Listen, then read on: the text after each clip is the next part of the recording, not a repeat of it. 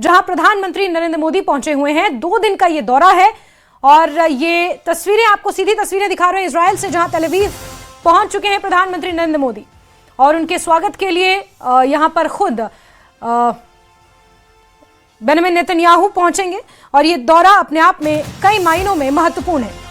Israeli प्रधानमंत्री Benjamin Netanyahu उनकी अगवानी के लिए यहां पर पहुंचेंगे और उससे पहले की ये तस्वीरें आपको दिखा रहे हैं। तेल अवीव से सीधी तस्वीरें सामने आई हैं जहां प्रधानमंत्री नरेंद्र मोदी तेल अवीव पहुंच चुके हैं और ये दौरा अपने आप में कई मायनों में खास है और 2017 की ऐतिहासिक यात्रा के बाद ये दूसरा मौका है।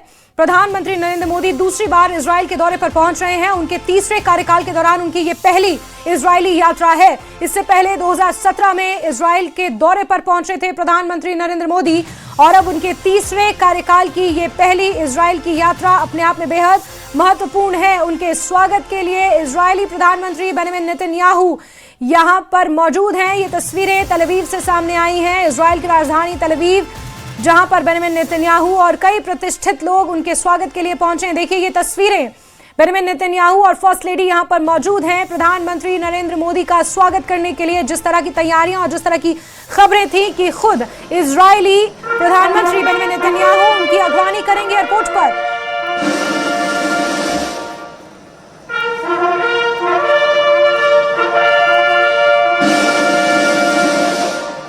המשמר יחטיף את נשקו.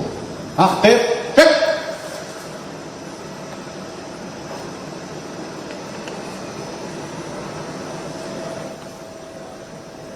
तो देखिए ये तस्वीरें सामने आई हैं और ये यात्रा अपने आप में बेहद अहम मानी जा रही है।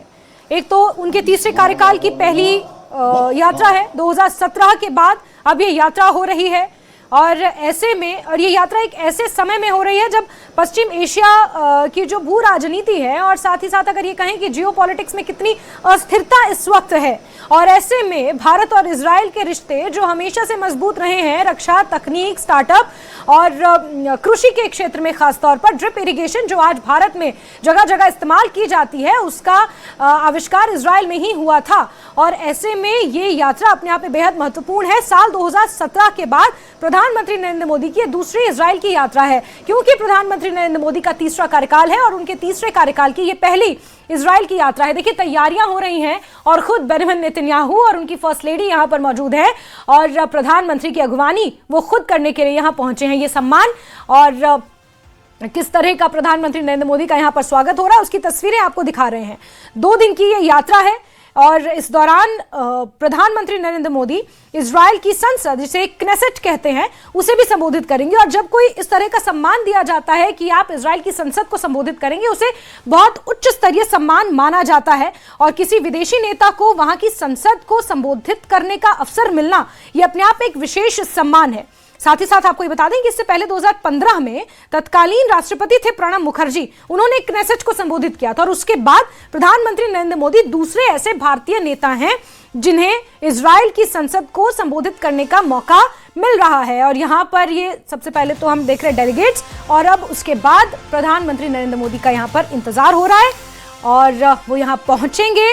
इस विमान से जब नीचे उतरेंगे तो बेंजामिन नेतन्याहू उनके स्वागत के लिए, उनकी अगवानी के लिए पहले से ही यहाँ मौजूद है और 2 दिनों का दौरा है। कई कार्यक्रम इस दौरान होने हैं जिसमें सबसे प्रतिष्ठित माना जा रहा है इजराइल की संसद क्नेसेट को संबोधित करना। उसके बाद भारतीय प्रवासी समुदाय को भी संबोधित करेंगे और भारतीय मूल के लोग, विशेष रूप से कोचीन और बेने इजराइल समुदाय, दोनों देशों को सांस्कृतिक रिश्तों का महत्वपूर्ण हिस्सा माना जाता है। ये देखिए तस्वीरें, प्रधानमंत्री नरेंद्र मोदी इजराइल से लाइव आपको दिखा रहे हैं। तेल अवीव में प्रधानमंत्री नरेंद्र मोदी इस वक्त मौजूद हैं और पूरे सम्मान के साथ ये हम दृश्य उनका ये स्वागत, सत्कार, सम्मान हो रहा है।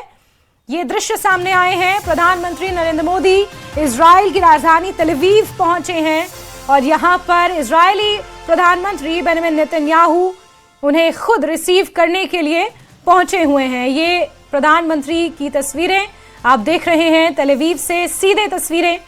सबसे पहले तो फोटो सेशन और अब ये तस्वीरें देखिए बेंजामिन नेतन्याहू से गर्मजोशी से मिलते हुए, गले लगाते हुए, क्योंकि रिश्ते इजराइल और भारत के बहुत ज़्यादा घनिष्ठ हैं और हमेशा से बहुत सारे क्षेत्रों में इजराइल और भारत का सहयोग रहा है। और देखिए ये बहुत लंबे समय बाद जब दो दोस्त मिलते हैं तो कुछ उसी तरह का मंजर यहाँ देखने को मिल रहा है।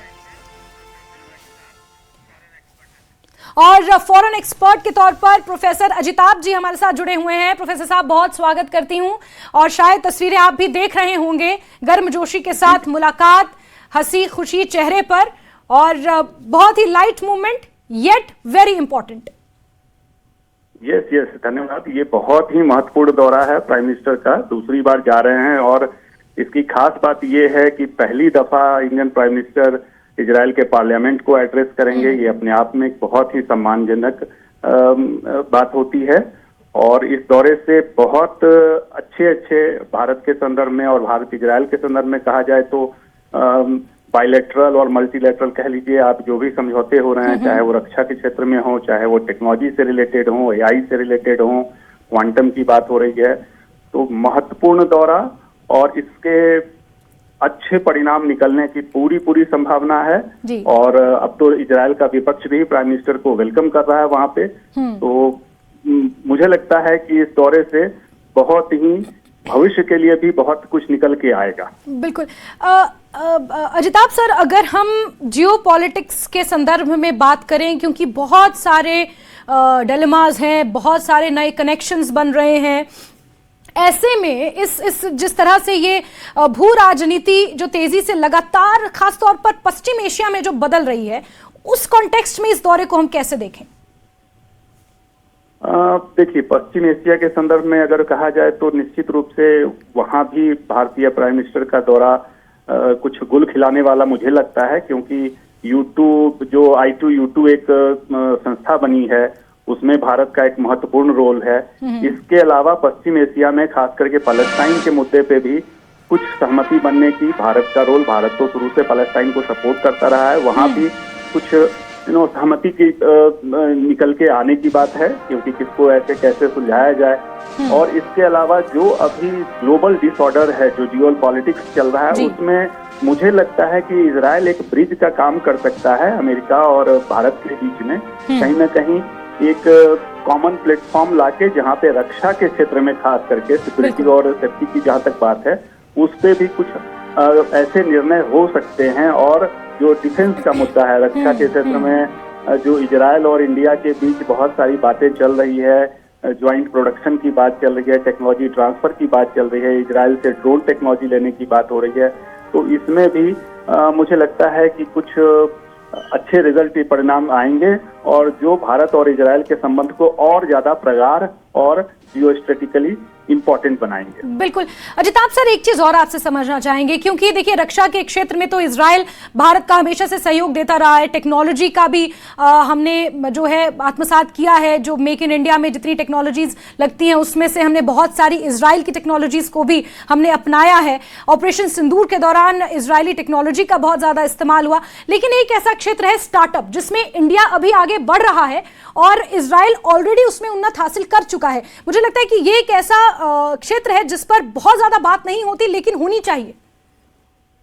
बिल्कुल, आप सही कह रही हैं कि ये स्टार्टअप के क्षेत्र में भी बहुत अपार संभावनाएं हैं, खास करके जब अमेरिका के सुप्रीम कोर्ट ने कुछ डिसीजन दिए हैं जो टैरिफ को लेके, और इसके बाद भारत में अपार संभावनाएं हैं यहाँ इन्वेस्टमेंट की, और बहुत सारे एफर्ट्स लगाए जा रहे हैं। अभी जैसे उत्तर प्रदेश के मुख्यमंत्री जापान का दौरा कर रहे हैं, इसके पहले सिंगापुर गए हैं, तो इस तरह से इजराइल और भारत के बीच भी अपार संभावनाएं मुझे दिखती है।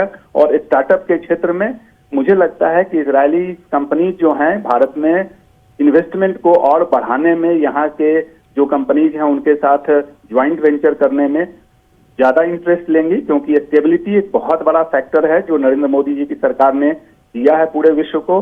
और उस संदर्भ में भारत में इन्वेस्ट करना, भारत की कंपनियों के साथ, खास करके स्टार्टअप के साथ सहयोग करके अपने जो कहते हैं कि बिजनेस